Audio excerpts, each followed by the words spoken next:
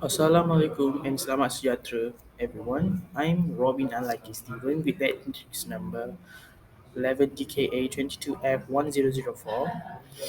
Course code for this presentation is DUE10012 with my lecturer's name which is Puan Akila binti Adnan.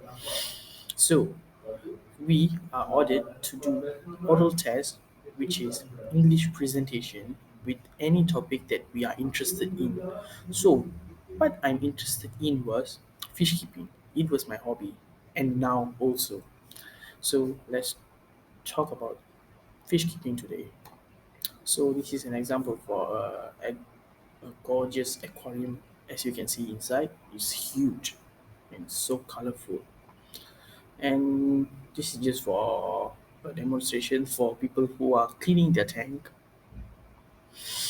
So let's go to our content, our second slide, which is about what we are going to talk, explain about, which is I'm going to explain. So first, I would hop into introduction to fish keeping, and followed by history of fish keeping, types of fish keeping, and requirements are also known as maintenance of fish keepings, and a slight summary about what we talked today. So these are some examples of magazines that we can use to know about fish keepings that I used to read it when I was small. So let's go to introduction to fish keeping. Fish keeping is a popular hobby practiced by aquarists concerned with keeping fish in a home aquarium or garden pond. There is also fish cultural fish keeping industry serving as a branch of agriculture. So this is a quote that I picked from Google for you guys to read. So let's read. Aquarium tells stories that everyone interprets differently. What's your story? If you have your aquarium, then you know what's your story. Let's hop into our second topic of the day, which is history of fish keeping. Fish have been raised as foods in pools and ponds for thousands of years. Brightly colored or tame specimens of fish in these pools have sometimes been valued as pets rather than food. Many cultures, ancient and modern, have kept fish for both functional and decorative purposes. So this is a meme for fish keeping, which I also found in Google. You guys can have fun looking at it. So what they're trying to mean the meme is you know you are addicted to fish keeping when, as you can see in the picture, there are full of aquariums in this house. This is not a fake statement, guys. I am the example for this statement.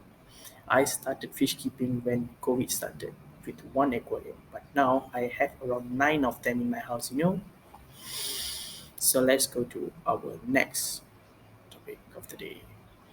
So we have types of fish keeping. So generally, fish keeping have basically three parts, three types, which is freshwater, saltwater, and brackish water. Most common among them, and most of fish keepers are able to keep easily, is freshwater, as its maintenance is quite easier than both over here. So let's hop into each of them deeper. So let's start off with freshwater.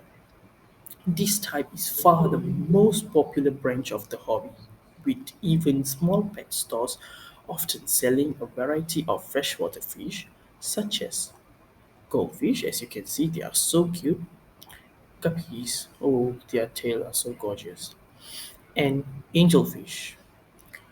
While most freshwater aquarium are community tanks that containing a variety of compatible species, single species breeding aquaria are also popular.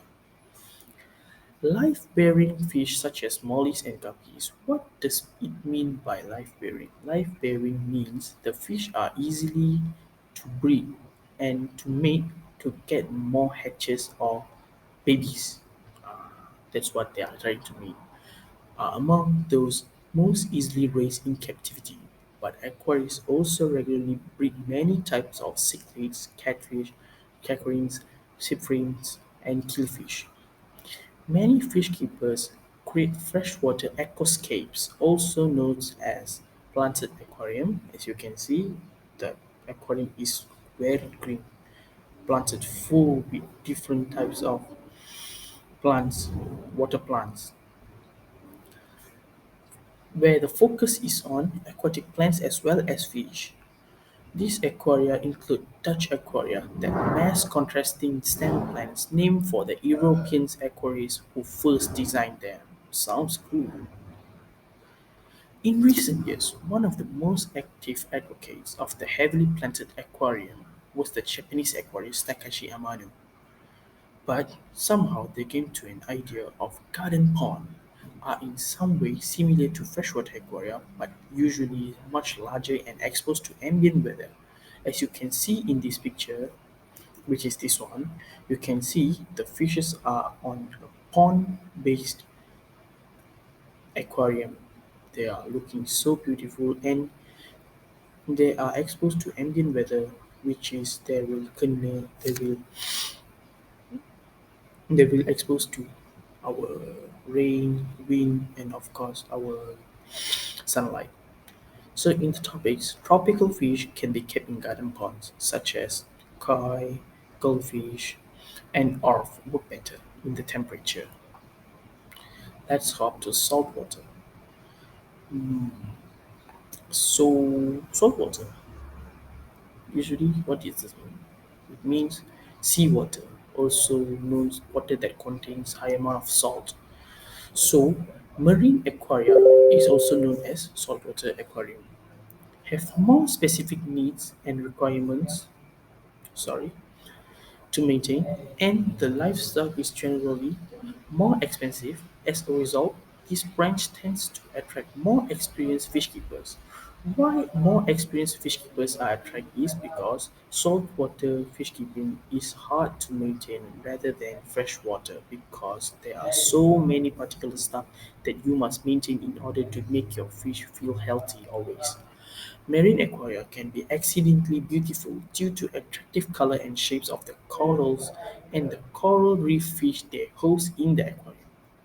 But temperate zone marine fish are not commonly kept in home aquaria because the temperature over there is not as same as they have in the sea. So to avoid that, cold water aquarium must provide cooler temperature via a cool room such as an unheated basement or using a refrigeration system or device known as chiller. As you can see, this is the aquarium water chiller. Marine aquariums often attempt to recreate a coral reef in the aquarium using large quantities of living rocks and porous calcareous rocks encrusted with coralline algae, sponge, worms, and other small marine organisms. Larger corals as well as shrimps, crabs, echinoderms, and mollusks are added later on once the aquarium has matured. As you can see, this is an example for a coral reef made by human. Aquarium has measured as well as the variety of small fish. Such aquaria are sometimes called reef tanks. So these are the fish who are mostly in freshwater. No, sorry, saltwater. Brackish water, our last type in fish keeping. Brackish water aquaria combine elements of the other type, which salinity that must be stay between that of the freshwater and the seawater. It's like middle of freshwater and saltwater. It's like a hybrid aquarium. Brackish water come fish come from habitats varying salinity such as mangroves and estuaries. So this is the example for the video picture for this one. Although brackish water aquaria are not necessarily familiar to inexperienced aquarists, many species prefer brackish water, including some mollusks, many guppies, some pufferfish, monos, and scats.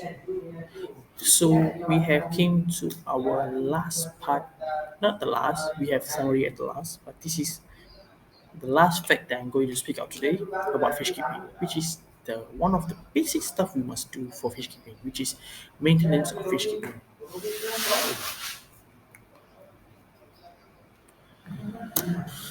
First, we have is tank size. The second, we have tank capacity. Third, we have is nitrogen cycle, and fourth, we have filtration. And we have four more. Let's talk about these four first. Tank size and tank capacity are mostly the same, but tank size is about the size that the tank is, and but the tank capacity means how much water does the tank contains in order to condition it properly with medicines. The second is nitrogen cycle. Nitrogen cycle is very important due fish are very sensitive to nitrogen. We must make sure the cycle is always correct and running perfectly in order to avoid fish falling sick. The fourth we have is filtration. Filtration is the basic, is the most important stuff in order to maintaining fish keeping, because without filter we can't make sure our water is crystal clear or clean. Filtration I shown in the picture is some system. Some system are mostly known as the best filtration system because it have various layers or segments that we can where layers we can go from sponge, media, and some corals and end up with pump to push out the water back to the tank. So what are media? Are you guys wondering? Media is rocks that have many holes in them, which is home to bacteria. They are also known as bacteria house, good bacteria home. The fifth we have today is oxygen levels. Fish couldn't live without oxygen in water. So we must make sure we are providing them enough oxygen in order for them to not die without oxygen. Then we have water condition, which is used to condition the tap water we are using. Fish are very sensitive to tap water because tap water contains chlorine which can burn their gills, as you know. And we must also take care of ammonia levels and nitrate level in aquarium to maintain the fish health. Ammonia is caused by fish waste, same goes to nitrate. So if the fish waste is not managed in a proper time, the ammonia level in tank might heat up and cause ammonia spike to fish. So we have came to our last part today. So I came to a summary that fish keeping is fun and wonderful hobby, but at the same time you must have your responsibility to take good care of the pets, which are the fishes and other organisms that you have in your aquarium. So before ending today's topic, I would like to share two quotes and one favorite fish of mine, which is the Malaysian golden blue base arowana. And two memes that I share here is eat, sleep, fish keeping, but no guys, we should do what we are responsible for in our life. And last one is if someone ever says you don't need more aquariums, stop talking to them because you don't need that kind of negativity. So let me end this presentation with thank you. Thank you for watching this video and thank you for your support guys. If you guys have any further questions, you guys can contact me in my Google in my email, or you guys can contact me on my Instagram, that's my ID, and you guys can follow my YouTube account for further videos. Thank you for watching guys once again. Have a nice day.